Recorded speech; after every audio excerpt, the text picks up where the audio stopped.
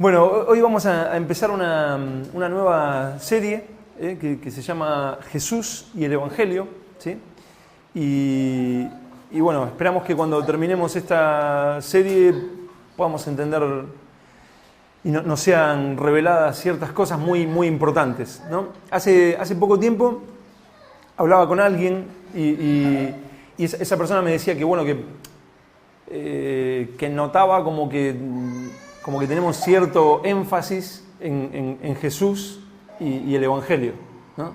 Como que tenemos un énfasis marcado en Jesús y el Evangelio, ¿no? No me lo decía ni por mal ni por nada, sino preguntaba como para aprender de alguna manera, ¿no? Y me decía que bueno, que había visto otras iglesias con un énfasis más hacia el Espíritu Santo, con un énfasis más hacia esto, más hacia aquello, pero que un poco como que le sorprendía eso, ¿no? Nuestro énfasis hacia Jesús y hacia el Evangelio, ¿no? Y no es la primera persona que me lo menciona, sino que de hecho hasta hay personas que se han ido a otra congregación justamente por nuestro énfasis en Jesús y en el Evangelio. y bueno, pero siempre lo decimos, no somos ni la mejor ni la única iglesia, ¿no? Somos una iglesia que buscamos predicar sobre Jesús y el Evangelio, también sobre el Espíritu Santo, también sobre Dios Padre, sobre cada cosa. Pero bueno, en esta serie justamente vamos a ver la importancia de Jesús y el Evangelio. ¿Por qué hacemos énfasis en Jesús y el Evangelio? Ningún pastor se atrevería a decir que su iglesia no es cristocéntrica. Ningún pastor que se le pregunte se atrevería a decir no, nuestra iglesia no es cristocéntrica, porque saben que teológicamente estarían cometiendo un grave error. Pero luego, en el andar diario, en sus predicaciones o en su énfasis o en sus enseñanzas, no son cristocéntricas. Entonces vamos a ver qué es una iglesia cristocéntrica. ¿Qué es no lo vamos a ver hoy puntualmente, lo vamos a ver en la serie, que no sabemos cuánto va a durar, yo creo que nos va a llevar unos meses. Vamos a ver que una iglesia cristocéntrica no es una iglesia que dice, no sé, a cada rato, Jesús, en el nombre de Jesús. Puede nombrar 50 millones de veces en una predicación a Jesús y no ser una iglesia cristocéntrica. Puede, por ejemplo, nosotros como hacemos los jueves, que estudiamos la vida de Jesús, podemos estudiar la vida de Jesús y no ser una iglesia cristocéntrica. Vamos a ver qué es una iglesia cristocéntrica, la importancia que tiene. Vamos a estudiar qué significa el Evangelio, qué significa para nosotros el Evangelio, qué significa para nosotros la obra de la cruz, qué tanta importancia tiene. Vamos a ver Jesús, qué importancia tiene para nosotros. Yo no soy... hay algunos movimientos que se llaman solo Jesús. Nosotros no somos solo Jesús, que quede sumamente claro. Lo que somos es cristianos. Cristiano viene de Cristo. Seguimos el cristianismo de Cristo, o sea, no podemos seguir otra cosa. Por supuesto que creemos en la Trinidad, pero justamente Jesús dijo, yo soy la puerta. Yo, no el Espíritu Santo, no el Padre, yo soy la puerta. El que por mí entrare, saldrá y hallará pastos. Yo soy el camino, la verdad y la vida. No estaba diciendo que Dios Padre no es la vida, que el Espíritu Santo no sea Dios, sino que nuestra entrada es Jesús. Hago simplemente una introducción muy rápida de lo que va a ser esta serie, que ya les digo, nos va a llevar meses. Pero en este caso, en esta primera parte de esta serie, le puse por título, les costó su vida. Les costó su vida.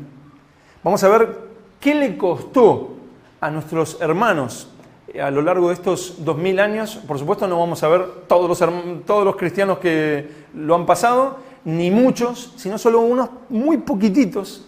¿Qué les costó a estos hermanos nuestros creer en Jesús, entregar su vida a Jesús, ser cristocéntricos y el Evangelio? ¿Qué les costó Jesús y el Evangelio a nuestros hermanos? Para el que le quede alguna duda, no todo lo que vamos a ver es sufrimiento. Vamos a ver martirios, vamos a ver asesinatos, los asesinan, vamos a ver sangre, desde aquí va a salir sangre para todos lados. Pero que quede claro que, yo creo que la mayoría ya lo sabe, que no creemos que Jesús y el Evangelio signifique nada más que martirio. no creemos que Jesús y el Evangelio signifique nada más que sufrimiento y persecución. No, que quede claro que no creemos que significa solo eso. Solamente que en esta primera parte vamos a hacer énfasis en eso. Jesús y el Evangelio también significa, para alguien que está enfermo, puede significar un milagro, como lo estamos viendo en la vida de Walter. Para otra persona que está pasando una necesidad económica, puede significar, no en todos los casos, puede significar que Dios te pueda prosperar y te pueda dar algo. Lo recibes a través de la obra de la cruz. Puede significar muchas cosas, pero no se puede eludir que también significa persecución. Sí o sí. Ahora vamos a ver cómo Jesús y el Evangelio trae persecución. ¿Por qué lo utilizo como la primera parte? Por el poco énfasis que se hace hoy en día en esta gran realidad, que Jesús y el Evangelio producen persecución. En esta era tan hedonista, tan egocéntrica, tan sensual de sentir emociones y que Dios te quiere dar de todo, que Dios es un Papá Noel que te quiere dar de todo, en esta época se necesita poner el equilibrio de mostrar que a lo largo de la historia, en estos 2000 años, no ha sido así. Nuestros hermanos no han vivido en un lugar con rosas y caminando por los campos y hablando del amor y la paz del Señor. No ha sido así con nuestros hermanos. Nuestros hermanos han padecido persecución. Los que verdaderamente se han mantenido en la línea correcta, en predicar verdaderamente de Jesús y el Evangelio, han padecido persecución. Otro me puede decir, bueno, pero yo conozco la historia de fulano de tal. Sí, también Dios te da tiempos de bendición, o sea, el equilibrio. Pero nuestros hermanos han muerto por el Evangelio. Hace unos días estaba ahí por internet debatiendo con algunas personas que negaban que la Biblia es inerrante. Inerrante es que no tiene error. Personas supuestamente cristianas decían que la Biblia tiene contradicciones y errores. Por lo cual me puse a mostrarles que no era así. Eso es por cosas tan infantiles como decir que Dios se contradecía, por ejemplo, cuando me decían, no, que en Crónicas y en Reyes dice dos cosas diferentes. En Reyes dice que Dios lo hizo y en Crónicas dice que Satanás lo hizo. Eso es infantil. O sea, en Job va a Satanás, en Job, Satanás va a Dios y le pide la vida de Job. ¿Quién le permitió que que Satanás vaya y golpee a Job? ¿Quién se lo permitió? Dios. Job termina diciendo, mas ahora mis ojos te ven. Dios lo permitió para tratar a Job. ¿Quién lo hizo? Satanás. Job dijo, Jehová dio, Jehová quitó, bendito sea Jehová. ¿Jehová quitó? Sí, Satanás le sacó todo.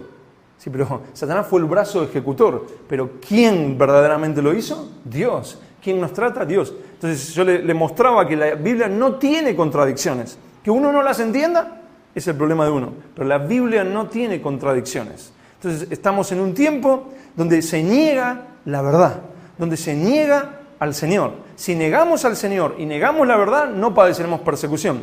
Pero nuestros hermanos han dado la vida por la palabra de Dios, por poder traducir la palabra de Dios del latín, que la mayoría del pueblo no lo sabía, a la lengua vernácula, ya sea al alemán, ya sea al español. Han dado su vida por Jesús y el Evangelio. Y de la misma manera, nosotros, si predicamos verdaderamente de Jesús y el Evangelio en nuestros trabajos, en nuestras familias, donde sea, padeceremos persecución. A lo largo de estos 2000 años, a los cristianos les ha costado su propia vida. Jesús nos lo había dicho. Vamos a leer Marcos, capítulo 8.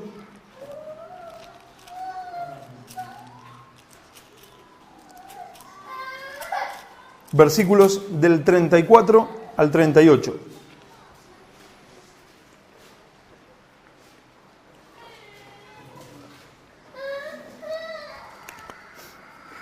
Marcos, capítulo 8, versículos del 34 al 38. ¿Lo tienen? Sí. Dice lo siguiente, está hablando Jesús. Dice, y llamando a la gente y a sus discípulos, les dijo: si alguno quiere venir en pos de mí, niéguese a sí mismo. Si alguno quiere venir en pos de mí, o si alguno me quiere seguir, niéguese a sí mismo y tome su cruz y sígame. Porque todo el que quiera salvar su vida, la perderá. Y todo el que pierda, que quede claro que Jesús está diciendo todo aquel, o sea, todos, todo el que quiera salvar su vida, la perderá. Es un absoluto. No da alguna posibilidad de que alguno pueda vivir para sí mismo y a la vez salvar su vida. No da la posibilidad. Jesús no nos dejó la posibilidad. Jesús nos dejó una sola posibilidad. El que pierde su vida por causa de mí, este la salva. Y el que pierda, el que quiera salvar su vida, la perderá. Y todo el que pierda su vida por causa de mí y del Evangelio, la salvará. ¿No? Ahí tenemos Jesús y el Evangelio. Lo volvemos a leer. Porque todo el que quiera salvar su vida, la perderá. Y todo el que pierda su vida por causa de mí y del Evangelio, por causa de mí, de Jesús, y del Evangelio, la salvará. Porque, ¿qué aprovechará al hombre si ganare todo el mundo y perdiere su alma? ¿Qué aprovechará al hombre si ganare todo el mundo? ¿A qué se refiere con ganar todo el mundo? Con quedar bien con todo el mundo, con estar viviendo para ti mismo, estar viviendo para tu nuevo coche, para tu nueva empresa, estar viviendo para ti mismo. Dice, ¿qué aprovechará al hombre si ganare todo el mundo, pero perdiere su alma?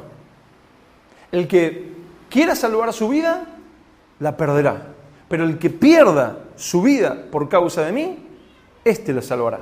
Porque ¿qué aprovechará el hombre si ganare todo el mundo y perdiere su alma? ¿O qué recompensa dará el hombre por su alma? Porque el que se avergonzare de mí, dijo Jesús, y de mis palabras, el Evangelio, en esta generación adúltera y pecadora, o sea, miren cómo se está refiriendo a esta generación, a la gente de este mundo, adúltera y pecadora. Esos son tus compañeros de trabajo, esos son, por más que uno los ame, nuestros familiares no cristianos, esos son los vecinos, esos son los de acá, esos son los de allá. O sea, a veces nos avergonzamos de decir, ay, es que mi trabajo se me van a reír. Sin embargo, Jesús dice, porque el que se avergonzare de mí y de mis palabras en esta generación adúltera y pecadora, el Hijo del Hombre se avergonzará también de él, cuando venga en la gloria de su Padre con los santos ángeles. También podemos ver, no lo anoté ahí la referencia, pero no me acuerdo si está en primera o en segunda de Timoteo, pero cuando dice, todo el que quiera vivir piadosamente en Cristo Jesús, padecerá persecución. Todo el que quiera vivir piadosamente en Cristo Jesús, padecerá persecución.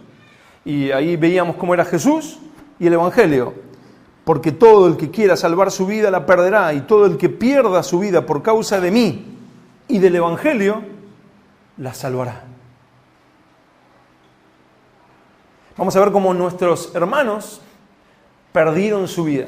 Prefirieron dejar este mundo, prefirieron darle la espalda a este mundo y no avergonzarse de Jesús y morir por el Evangelio, antes que quedar bien con este mundo, callar la verdad, salvar su vida, pero luego perderla. Estos hermanos son los mismos, lo primero que vamos a leer es en el Imperio Romano, esos mismos a los que Pablo escribía, esos mismos a los que Juan escribía, esos mismos a los que Pedro escribía. Si quieres verdaderamente comprender la Biblia, comprende que fue escrita, las cartas fueron escritas por personas que estaban dando su vida por Jesús y el Evangelio, fueron escritas a personas que estaban dando su vida por Jesús y el Evangelio. No fueron escritas por el empresario del año hacia los que querían ser el empresario del año, sino por gente que estaba entregando su vida por Jesús y el Evangelio a personas que estaban entregando su vida por Jesús y el Evangelio. Al escribir esas cartas, las personas que las recibían, al poco tiempo terminaban en el Coliseo Romano, terminaban muertas, comidas por leones o asesinadas directamente en sus casas. A ese tipo de gente, nuestros hermanos Pablo, Pedro, Juan, Judas escribían las cartas. ¿Quieres verdaderamente comprender el Evangelio? Fueron escritas para personas así. Fueron escritas para personas que entregaban sus vidas completas por Jesús y el Evangelio. Vamos a empezar a verlo bajo el Imperio Romano. Los cristianos, bajo el Imperio Romano, fueron acusados por los romanos de deslealtad hacia la patria. Eran desleales al Imperio Romano, según ellos. Eran acusados de ateísmo los cristianos. Los consideraban ateos, porque ellos, los que hoy nos parece una locura, ¿no? O sea, pero los romanos tenían muchos dioses, y la cultura griega también eran politeístas, o sea, tenían muchos dioses. Y claro, los cristianos solo adoraban un dios. Entonces, ¿cómo? ¿Pero no te postras delante de nuestro ídolo? ¿No te postras delante de esta estatua? ¿No adoras nuestros dioses? Son ateos. También fueron acusados de odio al género humano, de crímenes ocultos. Por supuesto sabemos que no era verdad. De crímenes ocultos como el incesto. El simple hecho de que nos llamáramos hermanos, para ellos era como se llaman hermanos y se casan entre sí. El infanticidio y el canibalismo ritual. Para ellos, por ejemplo, algo de el que no come mi carne y bebe mi sangre. O sea, ¿cómo el que no come mi carne y bebe mi sangre, no? Eran acusados de las calamidades naturales, como la peste, las inundaciones, terremotos, los problemas económicos del pueblo. O sea, decían, es que tenemos aquí gente que no cree en nuestros dioses, y esa es la razón por la cual tenemos pestes. Es que nuestros dioses no nos están bendiciendo, nuestros dioses nos están juzgando, porque tenemos esta peste acá de los cristianos. Y esa es nuestra maldición. Hay que matarlos a todos. Esa es la razón por la que tenemos terremotos, esa es la razón por la que tenemos pestes, inundaciones. La religión cristiana fue declarada extraña e ilícita. Este fue un decreto senatorial del año 35 después de Cristo. Extraña e ilícita, ilegal. Perniciosa, la declaró Tácito. Malvada y desenfrenada, la declaró Plinio. Nueva y maléfica, según Suetonio. Tenebrosa y enemiga de la luz, del Octavius de Minucio. Detestable, dijo Tácito, dijo es detestable. Por eso fue excluida de la legalidad y perseguida, porque fue considerada el enemigo más peligroso de Roma, que el Imperio Romano se basaba en la antigua religión nacional y en el culto del emperador, instrumento y símbolo de la fuerza y la unidad del imperio. De esta manera, consideraban a nuestros hermanos. Cuando lees una carta del Nuevo Testamento, ten claro que esa gente estaba afrontando, ya sean los colosenses, ya sean los efesios, ya sean los gálatas, ya sean los de Tesalónica, que los de Tesalónica habla ahí cómo fueron perseguidos, ya sea que le está hablando en el caso de los que estaban dentro del Imperio Romano, o los que eran perseguidos por los de su propio pueblo, o los que eran perseguidos por los judíos, pero esa gente estaba afrontando acusaciones como esas. Son maléficos, son detestables, algo pernicioso, extraño. En el año 64 después de Cristo se entabló un proceso judicial acusando a los cristianos de odio al género humano. Los acusaban de odio al género humano. Allí se dictaminó non licet vos esse, que significa no tienen derecho a existir. El Imperio Romano declaró a nuestros hermanos no tienen derecho a existir. ¿Se imaginan ahora que Zapatero dice los cristianos no tienen derecho a existir? Es una ley, la promulgación de una ley, un decreto. O sea, no tienen derecho a existir. Eso no significa cárcel, significa muerte. No tienen derecho a existir. Esto fue declarado en el año 64 por Nerón. Nerón fue un gran perseguidor de nuestros hermanos. Nerón era un loco bastante raro que mandó incendiar una parte de Roma y luego dijo que habíamos sido nosotros, que había sido la iglesia cristiana. Entonces la gente dijo, estos son realmente peligrosos los cristianos. Miren, nos han incendiado parte de Roma, hay que matarlos. No te sorprenda si en algún tiempo hay una gran persecución y acusan a los cristianos de cosas muy malas.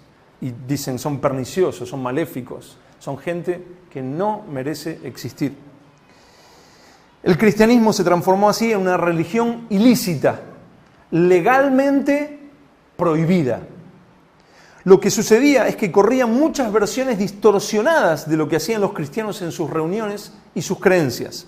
Sumado a esto que los romanos tenían su propia religión oficial que incluía la adoración a muchos ídolos y del mismo emperador como un ente divino.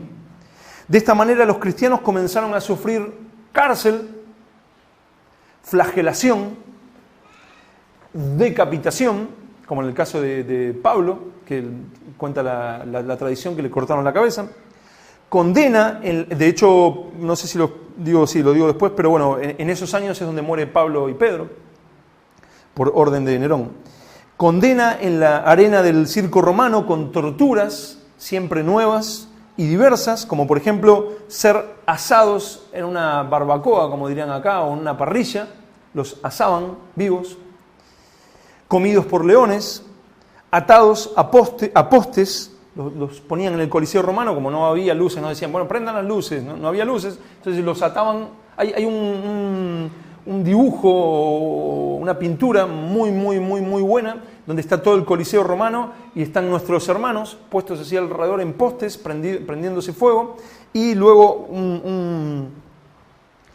un montón de nuestros hermanos ahí orando mientras los leones salen a devorárselos, a nuestros hermanos.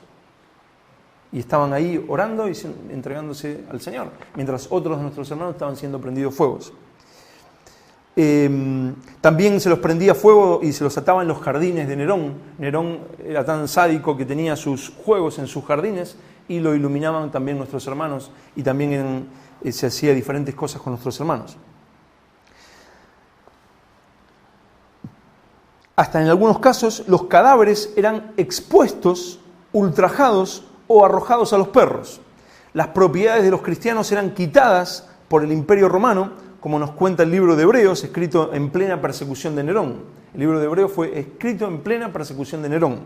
Y nos cuenta esto Hebreos 10:34. Dice, el despojo de vuestros bienes sufristeis con gozo, sabiendo que tenéis en vosotros una mejor y perdurable herencia en los cielos. Esto dice Hebreos 10:34, así que les ruego por favor que no utilicen el capítulo siguiente para hablar de prosperidad, fama, que por fe vas a lograr ese tipo de cosas, cuando en un capítulo anterior me está contando de que nuestros hermanos sufrían con gozo el despojo de sus bienes. Así que vamos a tomarlo en el contexto, ¿sí? En esta primera persecución fueron martirizados Pablo y Pedro en el año 67 después de Cristo. Según la tradición, a Pablo le cortaron la cabeza y Pedro fue crucificado al revés, por pedido suyo, porque se creía indigno de morir como su maestro. Debido a esta persecución atroz, los cristianos se vieron obligados a reunirse de manera clandestina en lugares ocultos. Ya no podían celebrar sus reuniones y muchos de ellos no podían ya ni vivir en sus casas porque les habían expropiado sus terrenos o sus casas. Entonces, ¿dónde eligieron vivir? En catacumbas. Se hicieron catacumbas, allí era donde ponían, ellos cuando veían a un cristiano muerto, a uno de sus hermanos muertos, iban y lo recogían, lo que quedaba, y lo ponían en catacumbas, como en un túnel subterráneo, y tenía unos espacios donde se ponían los cuerpos que se han encontrado hasta el día de hoy. Uno puede visitar alguna de esas catacumbas y se han encontrado muchos cuerpos. O sea, se han encontrado lo que quedó, ¿no? O sea, pero se han encontrado restos, digo, no los cuerpos. Estas catacumbas, según Halley, en su libro La historia de la Iglesia, dice que eran vastas galerías subterráneas, generalmente de 2,40 metros a 3 metros de ancho. Ese era el anchor que tenía, y de 1,20 m a 1,80 m de alto, y de cientos de kilómetros de extensión, ¿sí? O sea que era algo bastante angosto, ¿no? Y largo, muy largo. Estaban debajo de la ciudad. Las usaban los cristianos como lugares de refugio, de culto y de sepultura durante las persecuciones imperiales. El número de sepulturas cristianas se calculan de 2 millones a 7 millones de personas. Así también celebraban las reuniones, ¿no? Y vivían también muchos de ellos. Luego, más tarde, en el año 162 después de Cristo, al ser Marco Aurelio el sucesor del trono, se desencadenó lo que se llama la cuarta persecución. Se habla de que el Imperio Romano generó 10 cruentas persecuciones. La primera comenzó en el año 64 y hubo 10 persecuciones hasta que Constantino oficializó la religión cristiana, la oficializó y se transformó del Imperio Romano al Sacro Imperio Romano. Pero en esos años, en el 320 y tantos, para atrás, desde el 64 hasta esos años, se produjeron 10 terribles persecuciones. En la cuarta de estas persecuciones, se dice que fue la más severa desde Nerón, muchos miles fueron decapitados o arrojados a las fieras. John Fox lo cuenta así en el libro de los mártires, dice lo siguiente, dice: las crueldades ejecutadas en esta persecución fueron de tal calibre que muchos de los espectadores se estremecían de horror al verlas y quedaban atónitos ante el valor de los sufrientes. Algunos de los mártires eran obligados a pasar con sus pies, que ya estaban heridos, ya con los pies heridos, pero eran obligados luego a pasar sobre espinas, clavos, aguzadas conchas, etc., puestos de punta. Otros eran azotados hasta que quedaban a la vista sus tendones y venas, y después de haber sufrido los más atroces tormentos que pudieran inventarse, eran destruidos por las muertes más temibles. Esto está en la página 10 del libro de los mártires de John Fox. O sea, ¿se imaginan esa situación? ¿Se imaginan a tantos que hablan de que Dios te quiere dar la última limusina? ¿Los imaginan dejando sus limusinas y yendo a caminar con sus trajes Armani? Yendo a caminar por las abusadas conchas o por las espinas, los clavos, por Cristo. En esta época es donde fue martirizado, ya anciano, Policarpo, discípulo del apóstol Juan. Cuando lo llevaron preso, a Policarpo era discípulo del apóstol Juan. Cuando lo llevaron preso, el procónsul le dijo: jura y te daré la libertad. Blasfema contra Cristo. Contra Cristo. Blasfema contra Cristo y te dejo libre. Ya era un anciano, era un viejito, Policarpo. Viejito y todo, pobrecito, el abuelito.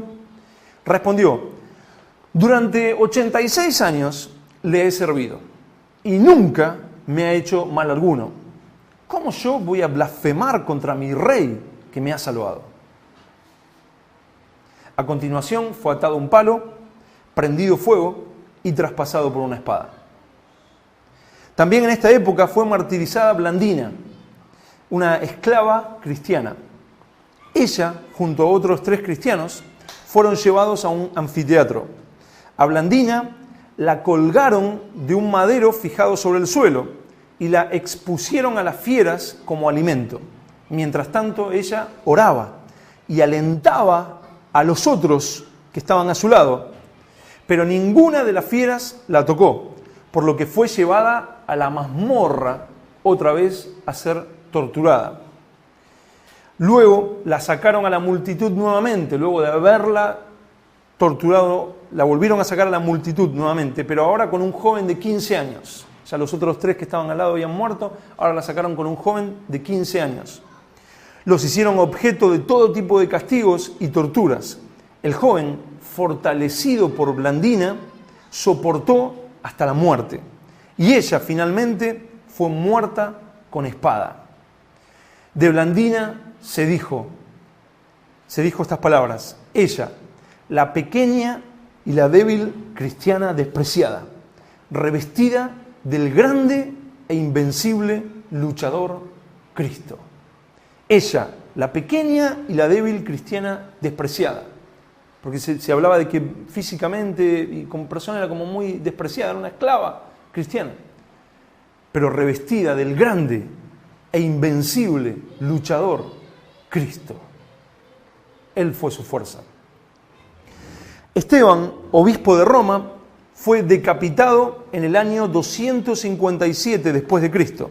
Y por aquel tiempo Saturnino, el piadoso obispo ortodoxo de Toulouse, que rehusó sacrificar a los ídolos, fue tratado con todas las más bárbaras indignidades imaginables y atado por los pies a la cola de un toro. Al darse una señal, el enfurecido animal fue conducido escaleras abajo por las escalinatas del templo, con lo que fue destrozado su cráneo hasta salírsele los sesos. No sé si es necesario aclarar que todo esto no me lo inventé yo. Todo esto no fue algo que, bueno, está ahí, está en la historia. ¿Sí? O sea, es la historia de la Iglesia. En el año 303 después de Cristo, bajo el emperador Diocleciano, se firmó un edicto que ordenaba, en el año 303, la destrucción de todas las iglesias cristianas y sus libros. Se firmó un edicto donde se ordena la destrucción de todas las iglesias cristianas, ya no nos podríamos reunir más, y la destrucción de todos sus libros. Nosotros que ahora decimos, ay, tal libro o tal otro, y que tenemos la bendición de leer libros cristianos y prohibidos, ni hablar de librerías cristianas, pero ni hablar de que te encuentren con un libro cristiano. Muchas casas de cristianos fueron incendiadas y familias enteras perecieron en las llamas. De repente estás en tu casa, con tu esposa, esposo, con tus niños, jugando y disfrutando de tus hijos, y alguien viene, te incendia tu casa y morimos todos prendidos fuego. A otros les ataron piedras en el cuello y lanzados al mar, vivos. La persecución se hizo general en todas las provincias romanas, pero principalmente en el este. El historiador John Fox escribió que, por cuanto duró 10 años esta persecución, es imposible determinar el número de mártires, ni enumerar las varias formas de martirio. Esto lo podemos ver en la página 21 del libro de los mártires. Potros, que era una forma de tortura, azotes, espadas, dagas, cruces, veneno y hambre se emplearon en los diversos lugares para dar muerte a los cristianos. Y se agotó la imaginación en el esfuerzo de inventar torturas contra personas que no habían cometido crimen alguno. Según el historiador G.H. Price, en su libro Historia de la Iglesia, esta persecución, la 10ª, fue indudablemente la más asoladora de todas. Todo el poder del Imperio Romano se combinó en un esfuerzo desesperado, no solo para suprimir totalmente las Escrituras, sino para exterminar todo rastro de cristianismo de la tierra. Esto lo pueden encontrar en la página 5 de este libro, Historia de la Iglesia. En el libro La Historia de la Iglesia, escrito por Halley, dice lo siguiente sobre esta época. Durante 10 años se buscaba a los cristianos en cuevas y en selvas. Se los andaba buscando. Era un intento resuelto para abolir, para terminar con el nombre de cristiano. Esto es conforme, o esto es lo que podemos hablar sobre el Imperio Romano. Hay mucho más que ha sucedido, imagínense, del año 64 hasta no me acuerdo si era el 320 y tantos, en todos esos años, 10 persecuciones atroces sobre nuestros hermanos en el Imperio Romano. Pero también podemos hablar de Alemania, que lo tenemos aquí muy, muy cerca. Killian nació, un hermano nuestro que se llamaba Killian, nació en Irlanda y recibió de sus padres una educación cristiana. Obtuvo la licencia del romano pontífice para predicar a los paganos en Franconia, en Alemania. En Würzburg le predicó al gobernador Gosberto, quien se convirtió a Cristo. El gobernador de Würzburg se convirtió a Cristo. cuyo ejemplo siguieron la mayor parte del pueblo durante los 2 años siguientes. O sea, nuestro hermano Kilian le predicó al gobernador de ese lugar que se llamaba Burburt, y se convierten también por 2 años muchos que siguen su ejemplo. Pero al decirle nuestro hermano Kilian a Gosberto, el gobernador, que su matrimonio con la viuda de su hermano era pecaminoso, esta hizo que le decapitaran en el año 689 después de Cristo. No, eso, ¿cómo lo voy a decir eso? ¿Cómo me voy a atrever a decir tal cosa? No, esto no se habla. Déjalo, Dios ya lo va a tratar. El Espíritu Santo hará la obra.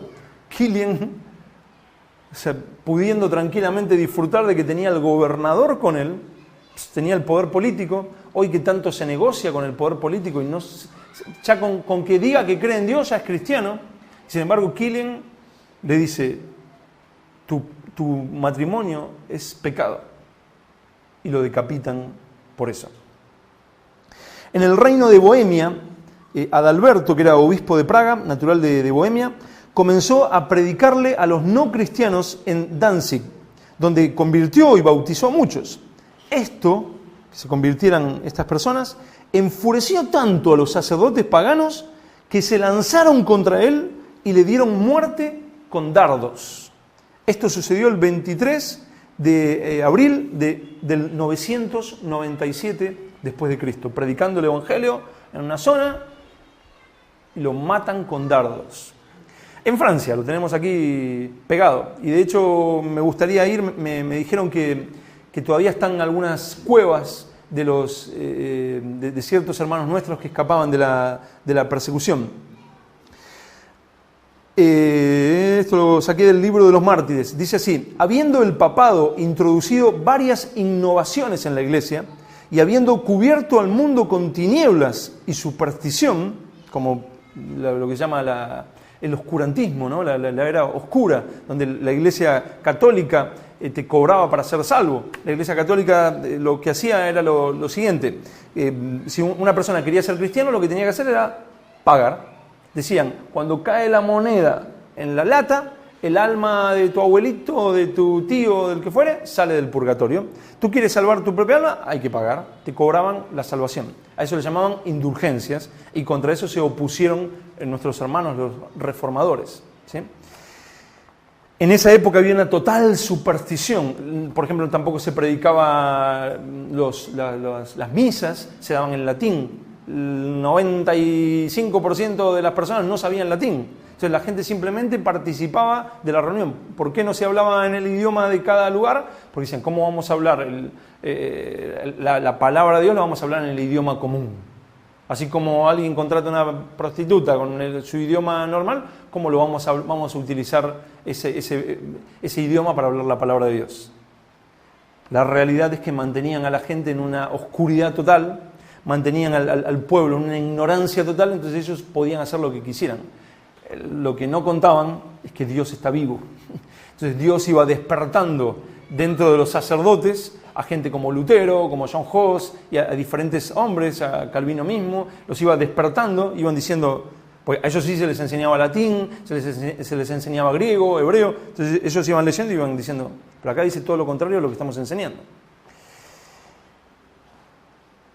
Unos pocos, dándose cuenta de la tendencia perniciosa de tales errores, decidieron exhibir la luz del Evangelio en su verdadera pureza. El principal entre estos, en Francia, fue Berengario, que alrededor del año 1000 predicó denodadamente las verdades del Evangelio según su primitiva pureza. Muchos convencidos asintieron a su doctrina. Para el año 1140 de Cristo, el número de reformados era muy grande en Francia.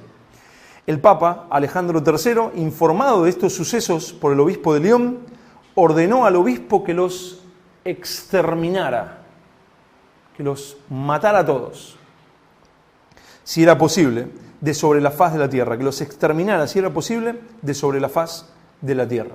Eso sufrieron nuestros hermanos en el año 1000 y pico, 1100 y pico, eso estaban sufriendo en Francia. Empezaron a huir para aquí, para España, se fueron a Italia, hay cuevas, se llaman los albigenses, una cosa así, estos franceses.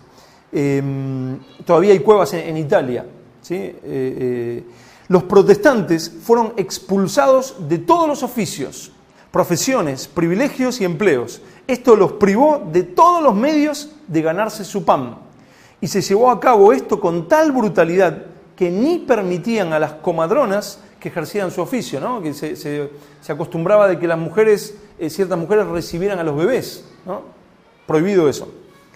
Sino que obligaban a las mujeres a someterse a esta crisis natural, ¿no? Las mujeres que han tenido hijos saben lo que es. Los que los recibían a sus bebés eran los mismos enemigos de ellos.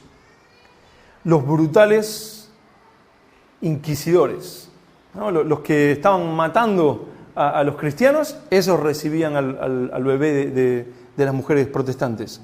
Sus hijos les eran arrebatados para ser educados por los católicos y a los 7 años se les hacía abrazar el papismo.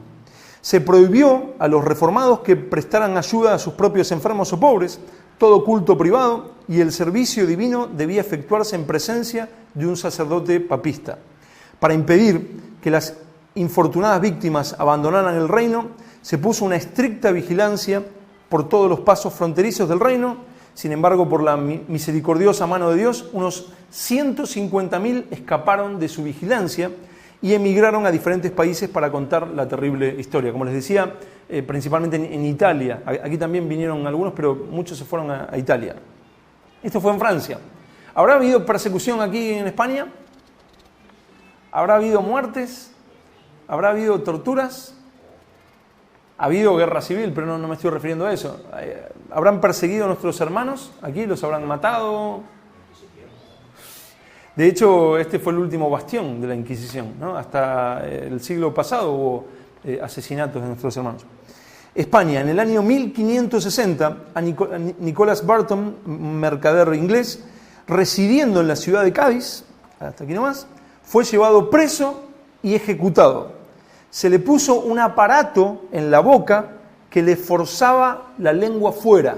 O sea, tenía que tener, ese aparato le dejaba la lengua fuera en todo momento, aprisionándola para que no pudiera dirigir la palabra a nadie para expresar ni su fe ni su conciencia, y fue puesto junto a otro inglés y a varios otros condenados por causas religiosas, tanto franceses como españoles. Fueron puestos en un cadalso delante de la dicha Inquisición, donde se leyeron y pronunciaron contra ellos sus juicios y sentencias.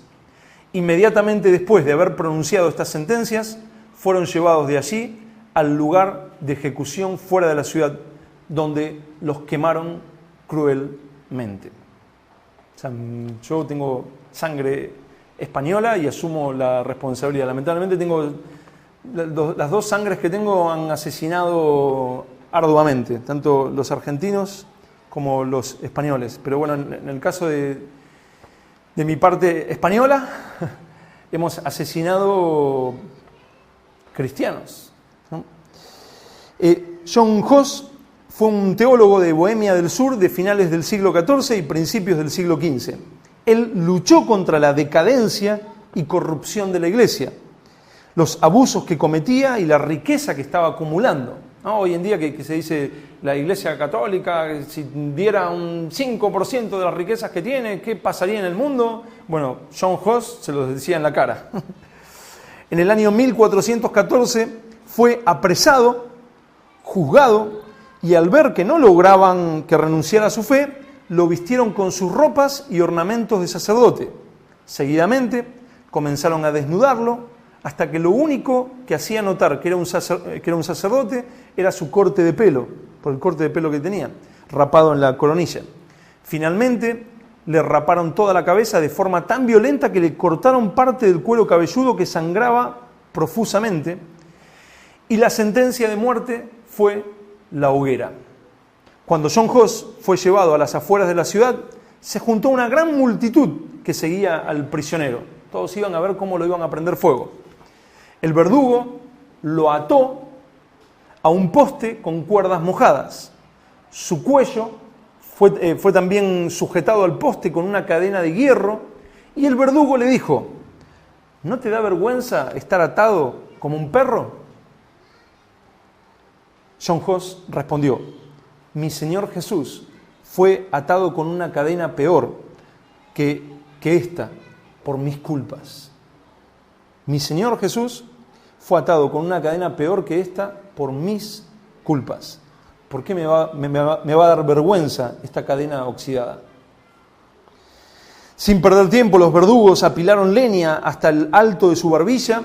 Poco antes de encender el fuego, se acercó un obispo y le dijo: si renuncias públicamente a tus creencias y reniegas de todo lo que has enseñado al pueblo, te salvarás de la hoguera.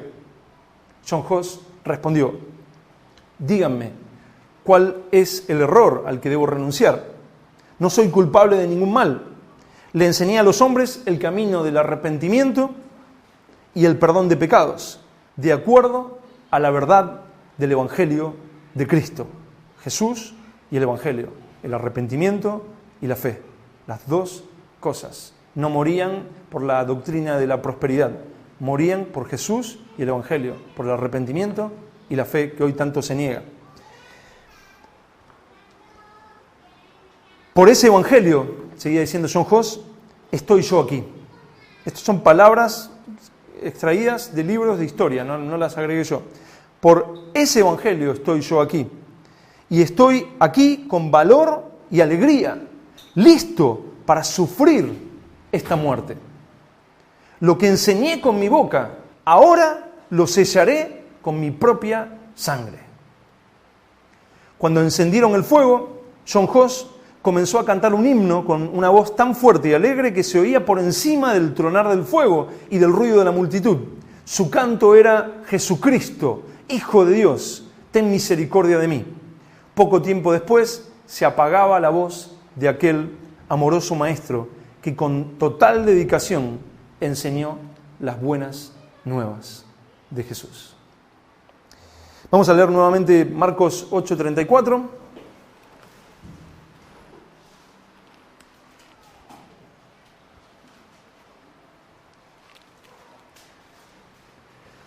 Marcos 8:34 dice: y llamando a la gente y a sus discípulos, les dijo: si alguno quiere venir en pos de mí, niéguese a sí mismo y tome su cruz y sígame. Porque todo el que quiera salvar su vida, la perderá. Y todo el que pierda su vida por causa de mí y del Evangelio, la salvará. Muchos, en esos momentos de tortura y de sufrimiento, negaron a Cristo. Salvaron sus vidas negando a Cristo. Pero luego, si no se arrepintieron de lo que hicieron ahí, perdieron sus vidas por la eternidad. Muchos, cuentan los historiadores, cuentan cómo negaron a Jesús y el Evangelio. Lo negaron. Dijeron: bueno, no, está bien, no, niego, blasfemo. Así como Policarpo dijo: no, lo he servido 86 años y ningún mal me ha hecho. ¿Cómo voy a negar a mi Salvador? Así como John Huss decía: no, he predicado con mi boca sobre Jesús, sobre el Evangelio, sobre la verdad. Ahora lo voy a sellar con mi sangre. Muchos otros prefirieron negarlo y salvar sus vidas. Nosotros hoy no estamos sufriendo ese tipo de persecución. Nosotros. Pero sin embargo, nuestros hermanos en China están sufriendo exactamente lo mismo. Hay hasta fotos donde les ponen, hay una foto que tenemos, que le ponen un arma en la cabeza y le vuelan la cabeza y te muestran la foto con la cabeza rebanada. O sea, nuestros hermanos en diferentes partes acaban de matar a 7 en Pakistán, perdón. En Pakistán acaban de matar a 7 de nuestros hermanos ayer o antes de ayer.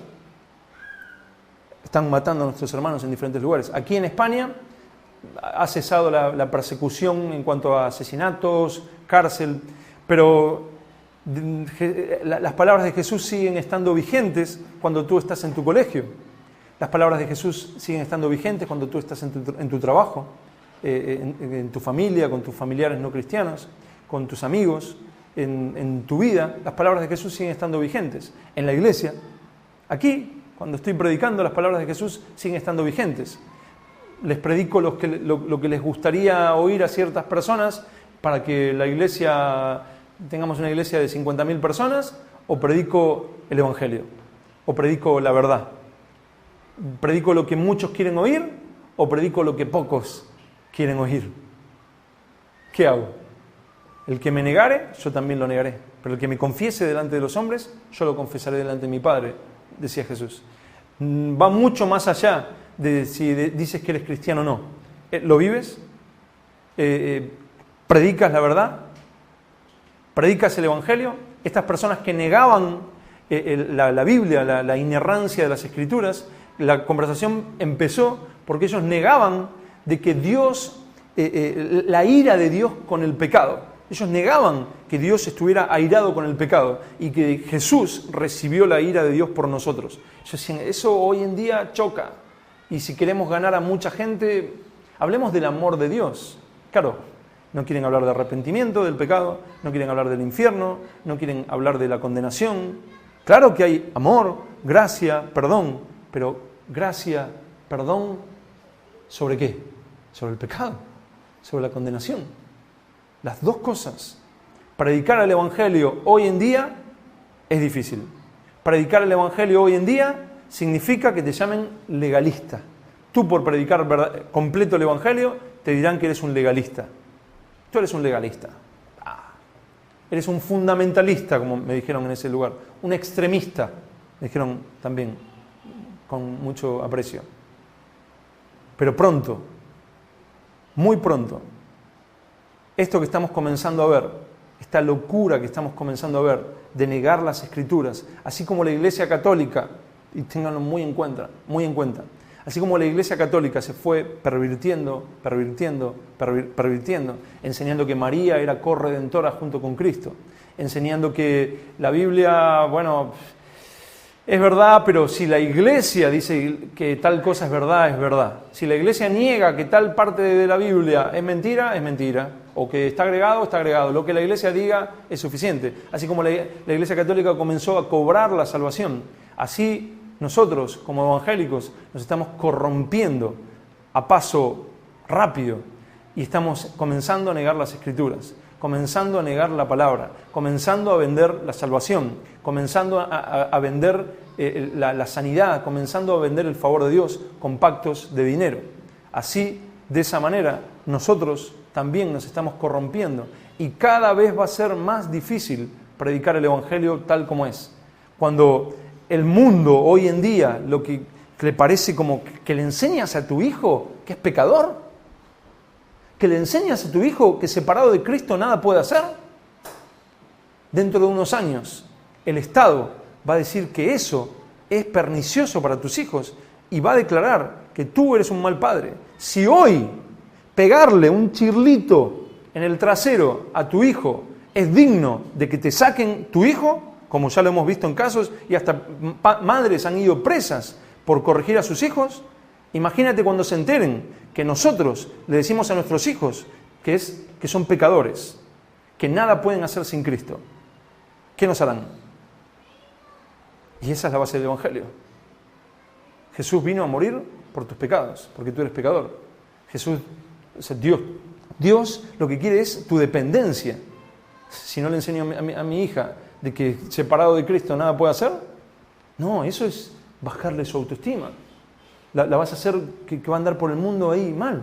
Los psicólogos dirán, esto es pernicioso, esta religión es mala. Y muchos se levantarán, miles y miles y miles de supuestos cristianos, como ya hoy lo hacen muchos, y dirán, es verdad, ellos son extremistas, ellos son legalistas, son fundamentalistas. Esa gente no predica el mismo evangelio que nosotros. Nosotros hablamos del amor de Dios. Nosotros hablamos de que Dios quiere darle de todo a todo el mundo, que Dios quiere la paz y no la división, que Dios quiere que nos unamos con todas las religiones y nos unamos con todos y hagamos de este mundo un mundo mejor. Ese es el cristianismo, dirán ellos. exactamente lo mismo que habla el Apocalipsis, cuando dice que se unirán todas las religiones, que se unirán los gobiernos. En los últimos tiempos habrá una unidad completa. Y tú y yo, si nos mantenemos fieles a la verdad, tendremos que decir, esa no es la verdad, como lo hicieron nuestros hermanos y entregaban sus vidas por eso. Esa no es la verdad. El Evangelio dice tal cosa. Jesús predicó tal otra. La palabra de Dios dice tal otra. El que me negare, yo también lo negaré delante de mi Padre. Pero el que me confesare, yo también lo confesaré delante de mi Padre. El que pierda su vida por causa de mí y del Evangelio, éste la salvará. Y para terminar, Lucas 6:26 dice lo siguiente. Yo se los leo porque es muy, muy conocido. Ay de vosotros, dijo Jesús. Jesús se lo dijo a ciertas personas en el famoso Sermón del Monte, pero eran las palabras de Jesús. Y para hoy, ¿serán esas palabras? Para ti en particular y para mí en particular, ¿serán estas palabras que voy a leer?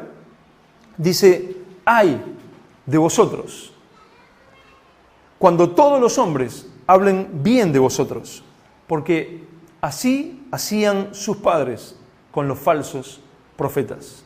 Cuando todos los hombres hablen bien de ti, ay de ti. Cuando te persigan, bienaventurado sois cuando os persigan y digan toda clase de mal contra vosotros mintiendo.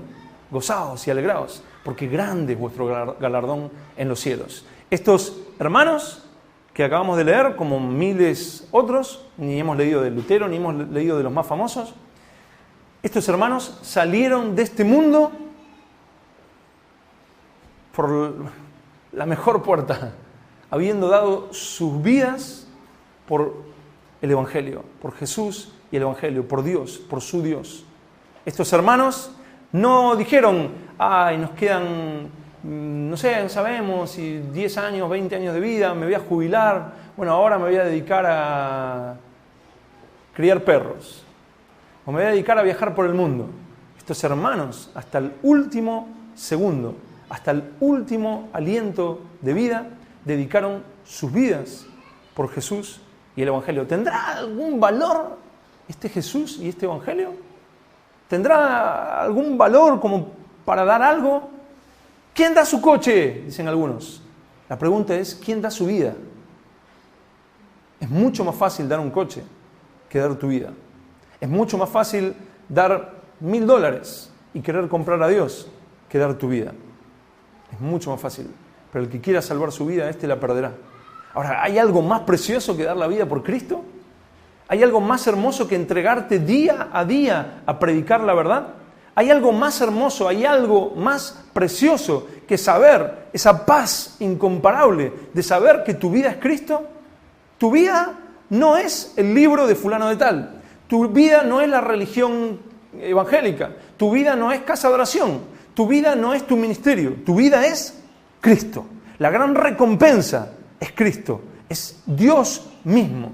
La gran bendición de ser cristiano es que Dios está con nosotros. La gran recompensa, lo maravilloso del cielo será que Dios mismo estará allí. Nuestra vida es para Él. ¿Hay algo más glorioso? ¿Acaso no has probado el mundo?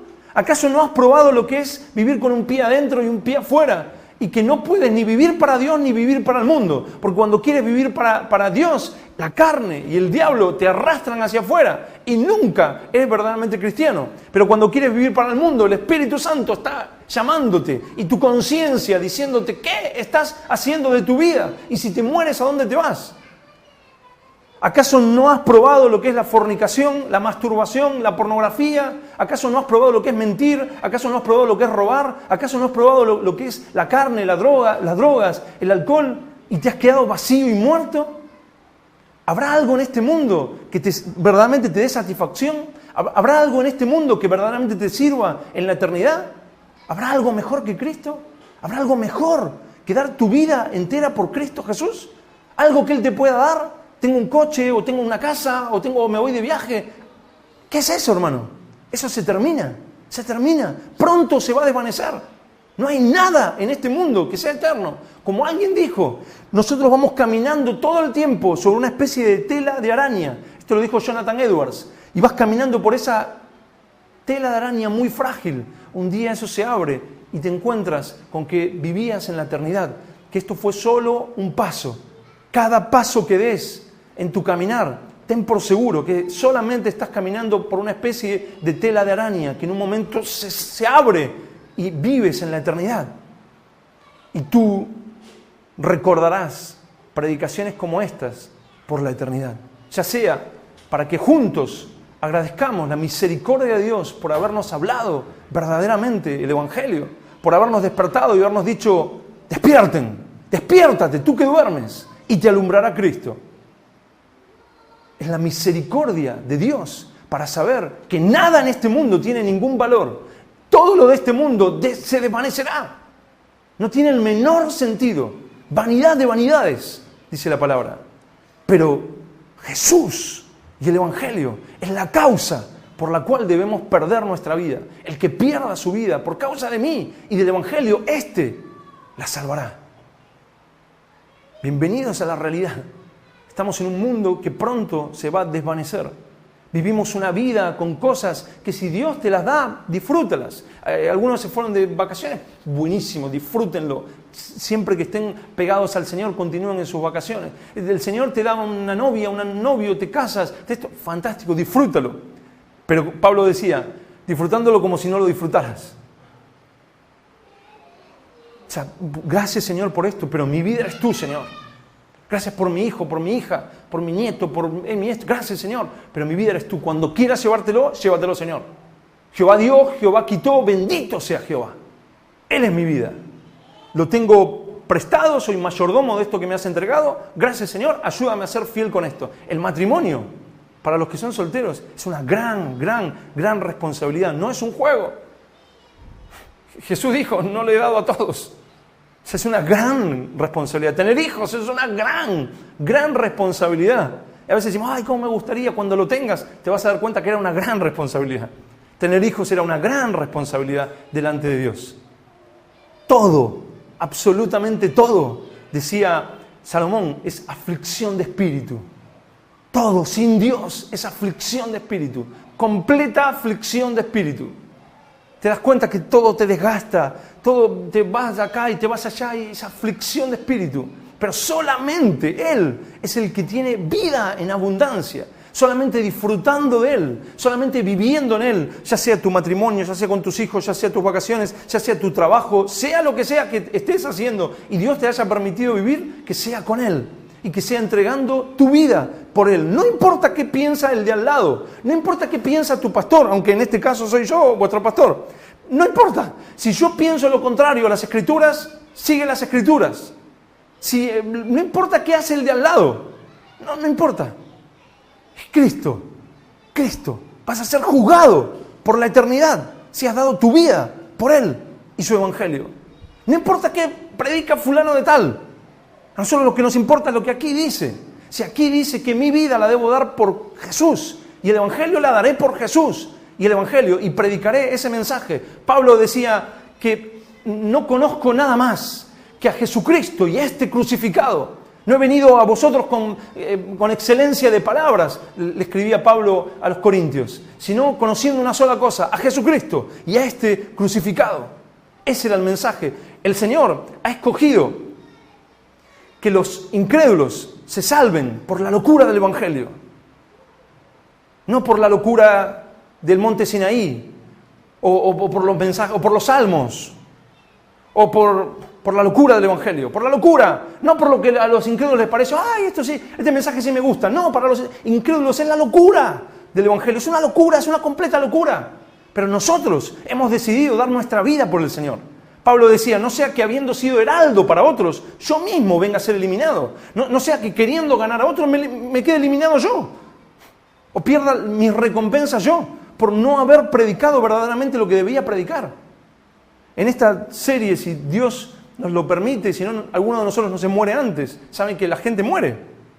Cada uno de nosotros no sabemos, como alguien dijo, les predica a alguien que puede morir a gente que puede morir. Pero si Dios nos permite continuar esta serie, veremos la importancia de este mensaje.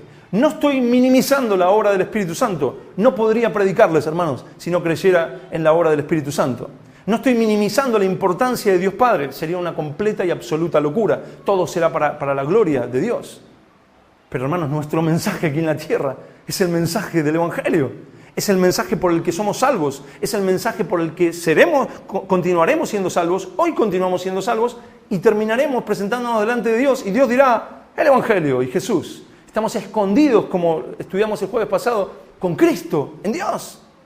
No estás escondido con el Espíritu Santo en Dios. No estás escondido con Dios Padre en Jesús. Estás escondido con Cristo en Dios. Dios te mira y dice, está lavado por la sangre de Jesucristo. Él cree en el Evangelio. Ese es el mensaje central. Si Dios nos ayuda en esta serie, veremos lo que es una iglesia cristocéntrica. A ver si tú eres una persona cristocéntrica. A ver si lo que predicas es cristocéntrico.